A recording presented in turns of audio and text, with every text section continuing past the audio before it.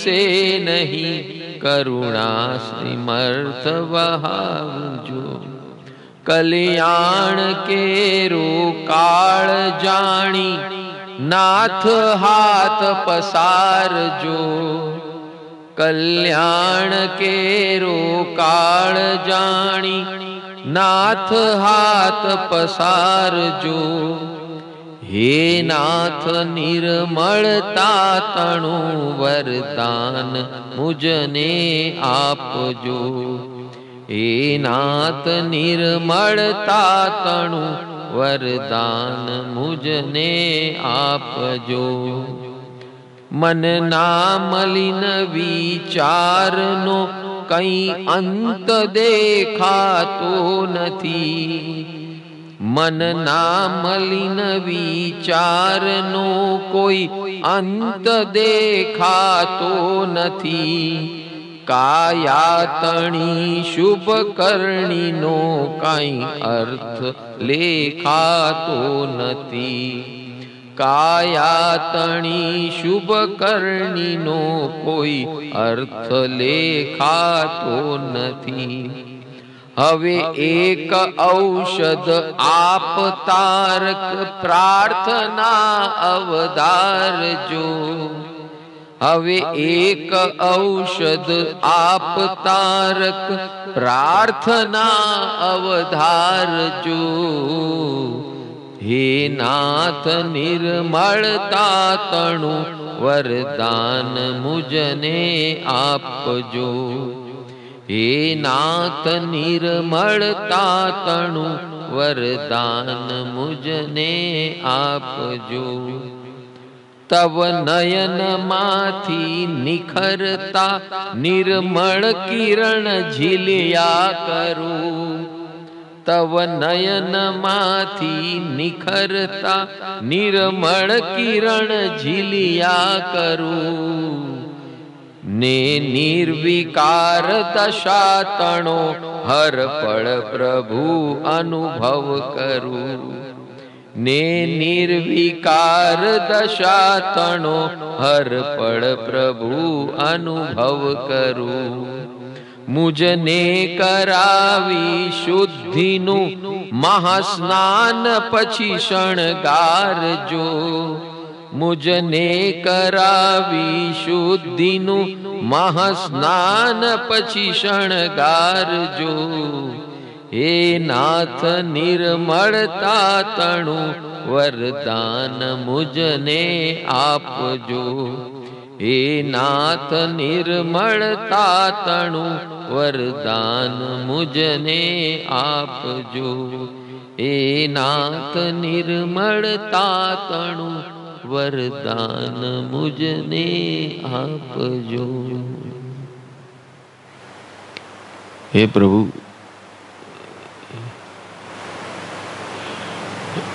निर्मलता उपध्यान का मूल सार है। निर्मलता, शुद्धिकरण, शरीर शुद्धि, रोग विशुद्धि, वेदना विशुद्धि,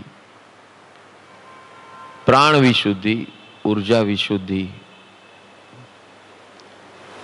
मन विशुद्धि, भावना विशुद्धि,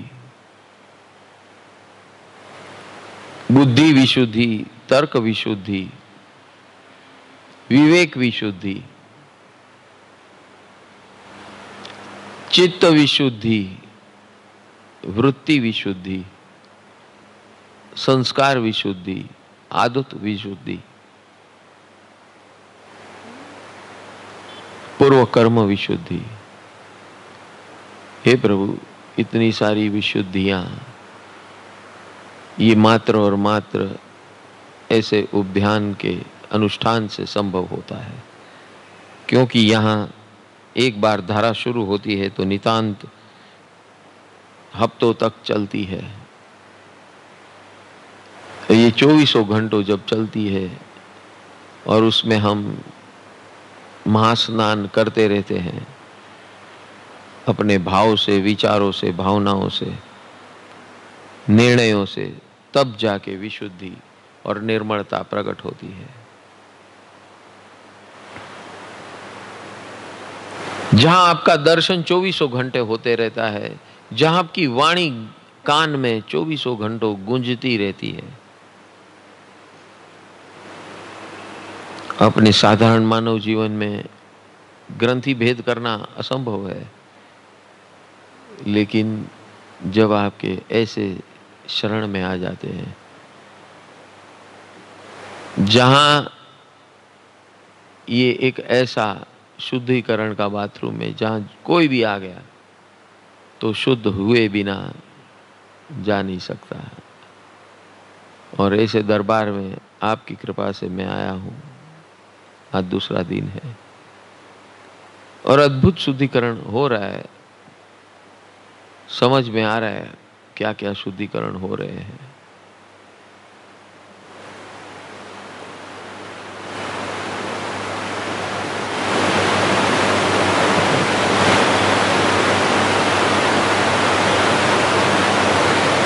बस ऐसी विविध प्रकार के विशुद्धि में मैं सफल बनूं। 18 स्टेप लाइफस्टाइल योग ये विशुद्धि का ही अनुष्ठान योग है, जिसे मैं अपने जीवन में अपनाने के लिए उसकी ट्रेनिंग लेने आया हूँ, अभ्यास करने आया हूँ और उसे आदत बनाने आया हूँ, संस्कार बनाने आया हूँ, ताकि यहाँ संस्कार और आदत बन जाए तो वो भव भव काम आए। जहाँ भी मैं जाऊँ वो वहाँ से उत्तरोत्तर उद्वर दिशा में ही मैं आगे बढ़ूँ, मुक्ति और परम मुक्ति की ओर। और ये सिर्फ आपकी हाजिरी से हो सकता है।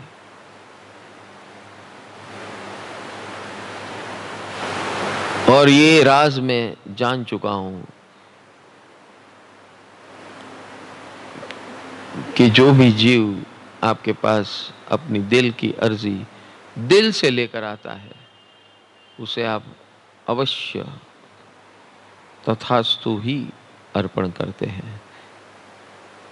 यानी जो तूने धारण किया है वो ही तुझे मिलेगा।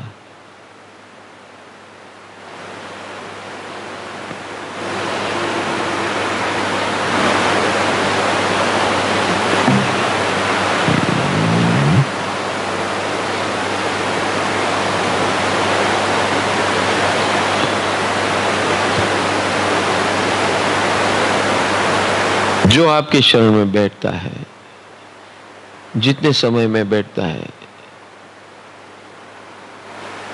बैठना यानी फिजिकली बैठना नहीं, बैठना यानी आपकी आज्ञा में जीवन जीना, इसे को बैठना कहते हैं। उसके जीवन के उपसर्ग अपने आप नष्ट हो जाते हैं। ये चमत्कार अवश्यमेव 100% होता है। और जो ऐसे भाव से प्रभु के चरण में और शरण में बैठता है, उसे वो परिणाम मिलता है, मिलता है और मिलता है। हर मनुष्य के पास ये बीटो पावर है कि मुझे क्या प्राप्त करना है। और जब ऐसा संसर्ग हो जाता है महाविधाता के साथ, परम परमात्मा के साथ, और उनका दर्शन का स्पर्श हो जाता है, उनके ज्ञान का स्पर्श हो जाता है, उनके तरंगों का स्पर्श हो जाता है, तो निश्चित वो जो मांगेगा वो हो जाएगा। अभी क्या मांगना आपके आपने? तो यहां कहते हैं उपसर्ग तो आराम से निकल जाएंगे अगर हम अपना ईमानदारी से समर्पण भाव अर्ज करते हुए दर्शन की स्पर्शना कर ली, आज्ञा की स्पर्शना कर ली, ज्ञान की स्पर्शना कर ली, भाव की स्पर्शना कर ली, तो उपसर्ग तो खत्म होना ही है।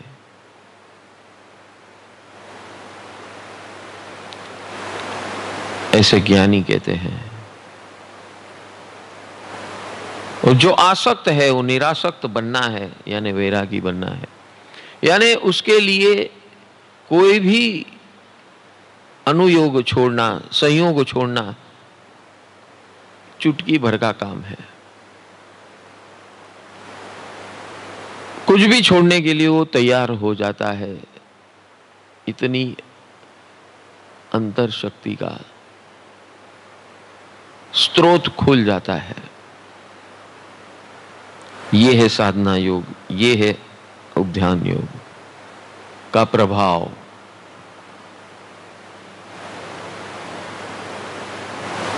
उपसर्ग आसक्त, आसक्ति कुछ नहीं है। जब दर्शन मिल गया, सम्यक दर्शन मिल गया, सम्यक दृष्टि मिल गई, सम्यक ज्ञान मिल गया, सम्यक पराक्रम मिल गया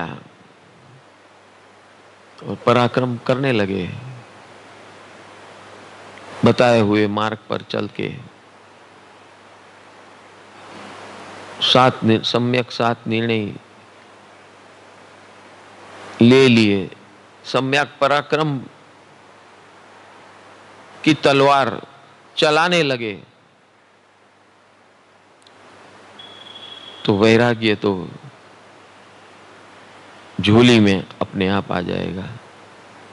उपसर्ग सारे मिट जाएंगे और जो धारणा करेंगे बस धारणा सम्यक हो, मुक्ति की हो, आनंद की हो, परम मुक्ति और परमानंद की हो, निश्चित सफल हो जाएगी। जितनी इंटेंसिटी और सातत्यता होगी उतना करीब और नजीक आ जाएगा ये स्थान। ये उसका गणित है, ये साइंस है। जो भी कर लेगा, जो भी माध्यम से कर लेगा, उसका निश्चयतः यही परिणाम आएगा। बस अभी इतना मार्गदर्शन मिलने के बाद क्या करना हो तो क्लियर हो गया। Secret is open now, it is no more a secret. अब जब तक सीक्रेट हाथ में नहीं था तो हम उसके पीछे दौड़ रहे थे। अब आप इतनी मेहनत करके यहाँ आए, निर्णय करके आए, अपने जीवन के कुछ दिन समर्पित करके आए, तो भगवान ने समझ लिया कि भाई इतने तो ये लायक है कि ये सीक्रेट दे दूं। अब इस सीक्रेट का इस्तेमाल हम कैसे करते हैं कि नहीं, और कैसे करते हैं और कितनी तीव्रता से करते हैं, कितनी अर्जेंसी से करते हैं, सब हम पर छोड़ दिया। क्योंकि हमने आपको मनुष्य बना दिया है। अब आपके हाथ में डोर है। Ball is in your court, how much you want to work, it's your baby.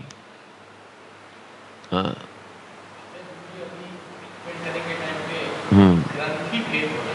हाँ, ये जो आपने अभी समझाया कि इस तरह से सहज भाव से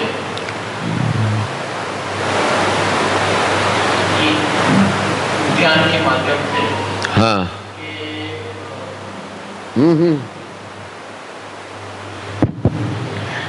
उपध्यान के माध्यम से आपने अभी समझाया कि सहज हो रहा है। हाँ। और आपने you also use the word ग्रंथि भेद।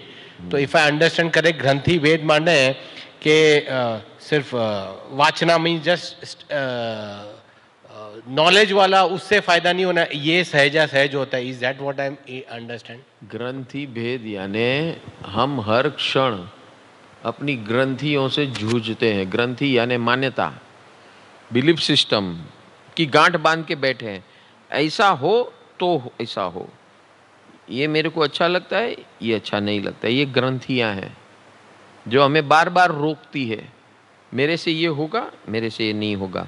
मेरा शरीर अभी नाजुक है, अब मेरी अवस्था नाजुक है। मेरे संबंध नाजुक है, मेरे काम धंधे नाजुक है, मेरी धन संपत्ति नाजुक है, मेरा स्टेटस नाजुक है। ये सारी ग्रंथियां हैं। दिस इज कॉल्ड ग्रंथि। और जब अभी जो बात चल रही है यहाँ निर्मलता की, तो भगवान ने बता दिया, भैया तू यहाँ तक आ गया है, मेरे पास, मेरे चरण में बैठ गया है, तो अभी एक चीज निश्चित हो गई कि यहां जब तक तू बैठा है फिजिकली, इस जगत की कोई शक्ति, हैसियत तुझे हाथ नहीं लगा सकती। उपसर्ग से मुक्त हो गया। अब तुझे क्या करना है? तुझे ये करना है कि जो माहौल मिला है, और इस माहौल में क्या क्या वर्षा हो रही है, कृपा की वर्षा हो रही है, ज्ञान की वर्षा हो रही है, प्रेरणा की वर्षा हो रही है, और कभी कभी जीव पात्र हो तो फटके की भी कृपा हो रही है। सब कुछ हो रहा है ताकि जीव जल्द से जल्द निकले, क्योंकि उसने तीव्रता से, जिसने तीव्रता से कृपा मांगी और चलने के लिए बेताब है इस रास्ते पर, उसको ही फटका मिलता है। तो आपको कभी फटका मिले तो समझ लेना आप बेताब थे इसलिए मिला, नहीं तो सामान्य लोगों को नहीं मिलता है।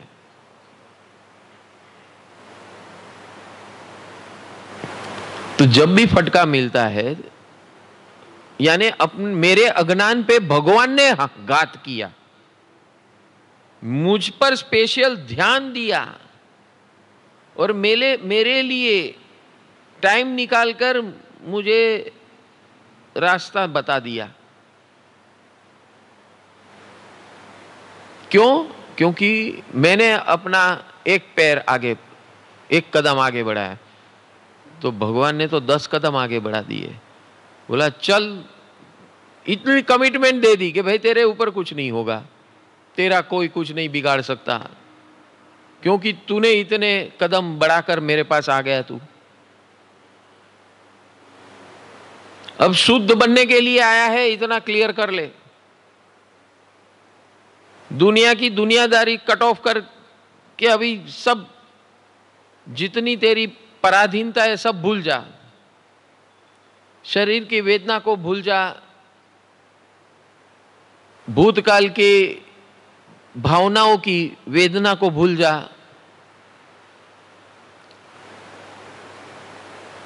भूतकाल के विचारों की गलतियों को भूल जा, तेरे पास क्या धन संपत्ति और स्टेटस है वो भी भूल जा। अभी मेरे पास आ गया है तू, अब जो तू कहेगा वो तथास्तु हो जाएगा। बस खाली निरासक्त भाव में बैठ जा और 100% आज्ञा पालन का निर्णय से बैठ जा।